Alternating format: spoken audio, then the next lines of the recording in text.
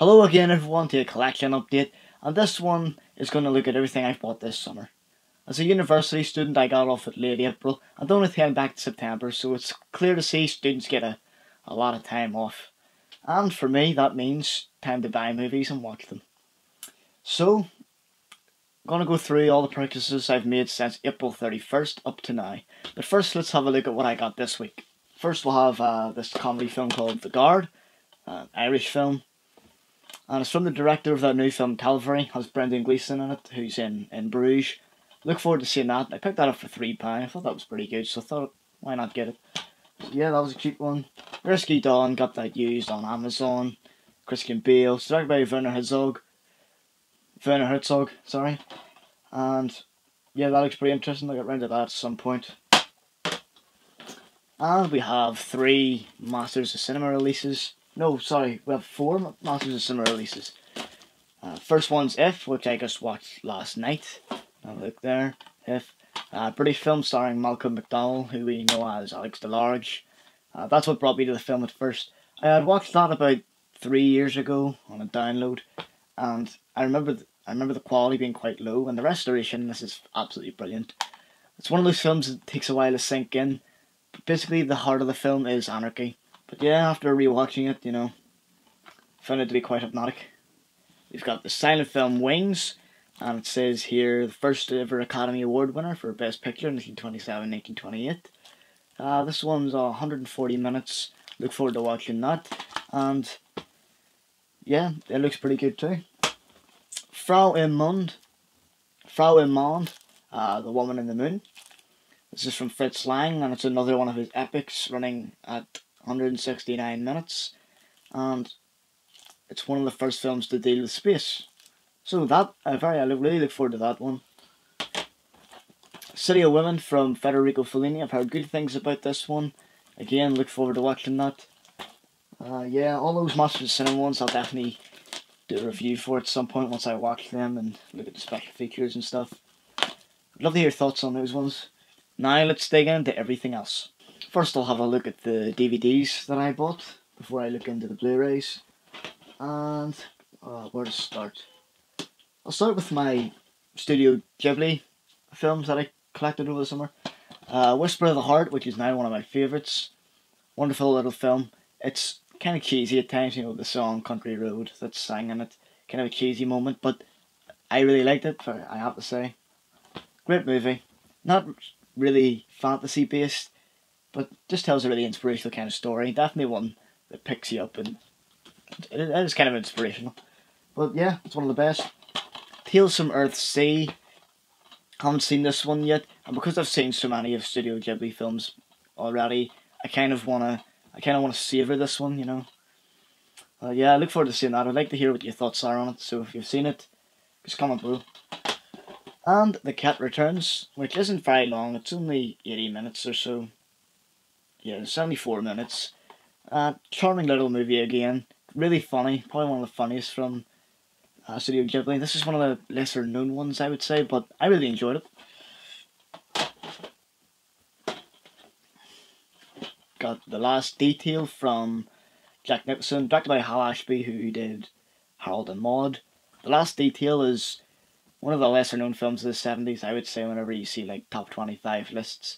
Great little movie, very funny, and sometimes touching as well.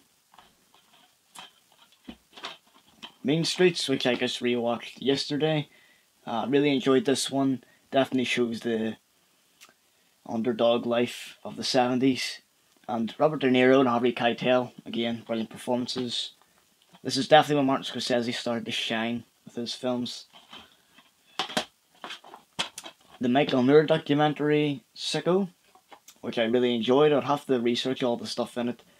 I was fascinated by the way it compared the American Health Service to the NHS, which is over here. Some things I didn't even know about the NHS in here too. But yeah, Michael Moore, another great documentary from Michael Moore. Another documentary I picked up was The Act of Killing, which I heard a lot about. This one fascinates me. 160 minutes. There's also a commentary by Herzog as well, Werner Herzog. This one, I look forward to watching this one, just need to find the time for it.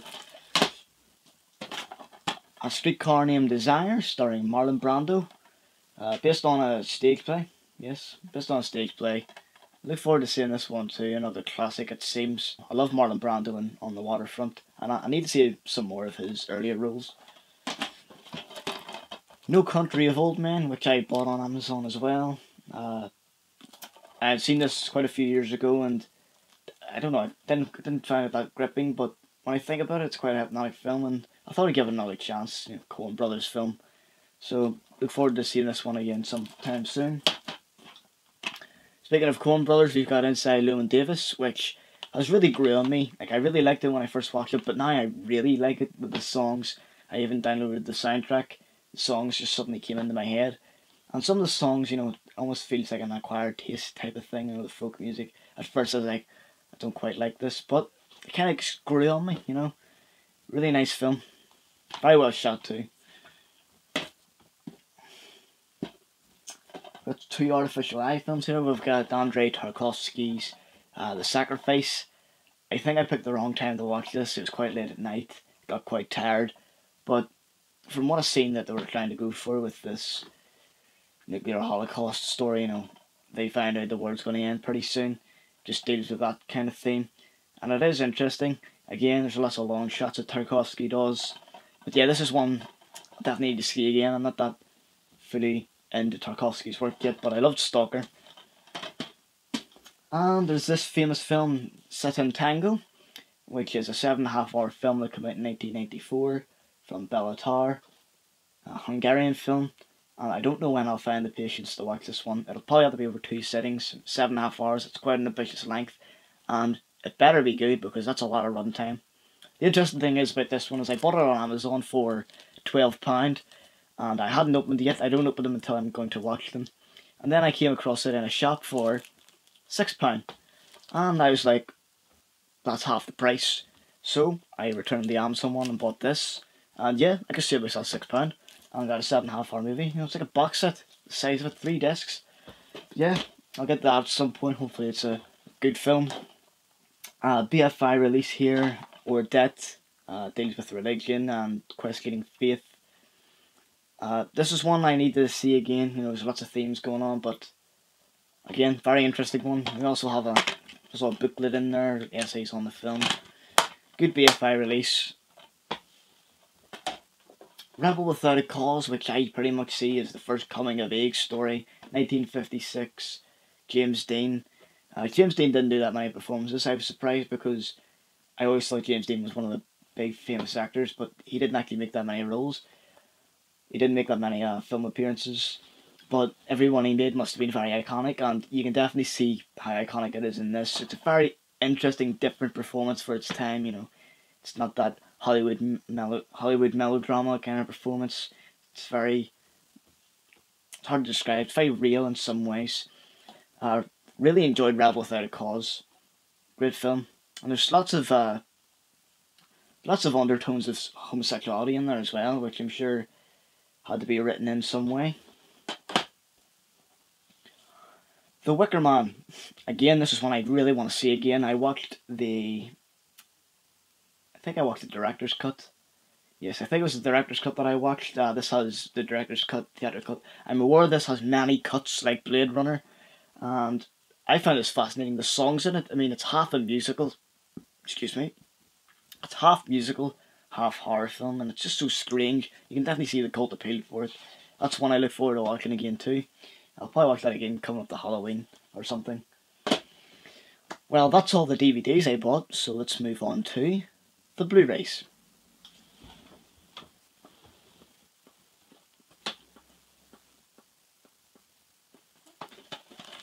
These 3 were in my last video. These 5, even. I'll look at those 2 in a second. These 3, they got for 3 for 17. The Red Shoes, Michael Powell, Bonnie and Clyde, which I rewatched and really enjoyed. Highly recommend that one. It's a good look at the Hollywood New Wave. And Ben-Hur. Yep, Ben-Hur. Let's see what else we got here. We have 2 of these Sony Entertainment releases. Unfortunately, I got these used and they don't have the sleeve. I don't know, I kind of feel OCD right now and want the sleeves.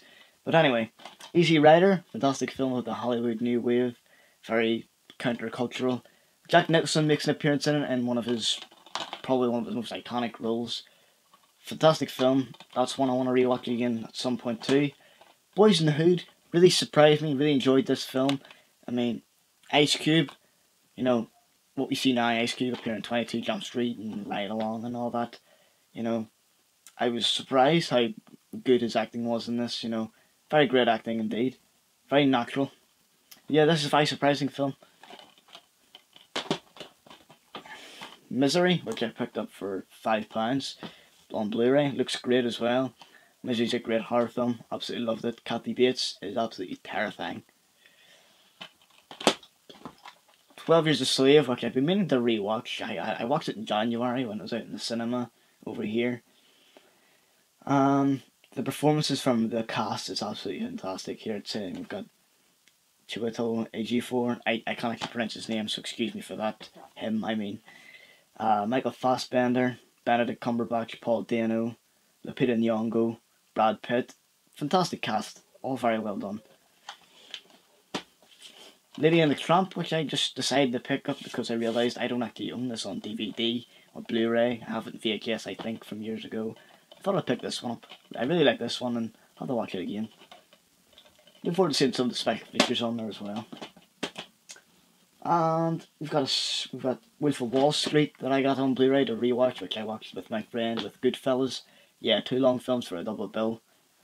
Wolf of Wall Street, need I say more, brilliant film. I think this is probably DiCaprio's best performance in some ways, just to see how outrageous it is. I mean, fantastic film. And we're moving on to Akira on Steelbook. The funny thing is, what happened was I bought this on regular Blu-ray for like £6 or so, and I watched it, and I was blown away by it. It was a rewatch, and instantly became one of my favourite films, one of the best anime films, that's for sure. One of the most influential too.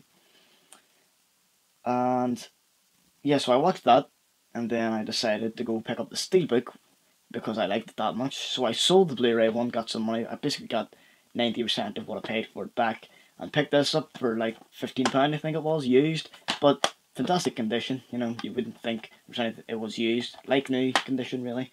We book good in there about the sound quality and stuff, and if the sound quality was good in the other one, I can't wait to see what it's like on this.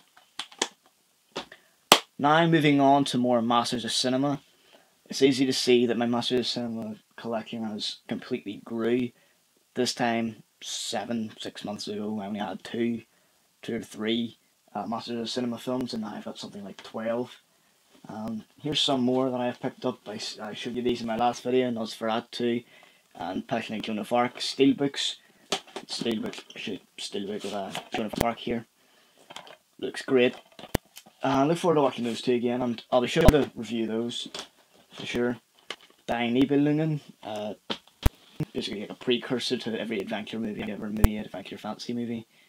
Every adventure fantasy movie ever made. Brilliant movie again from Fritz Lang. Big size. All them all.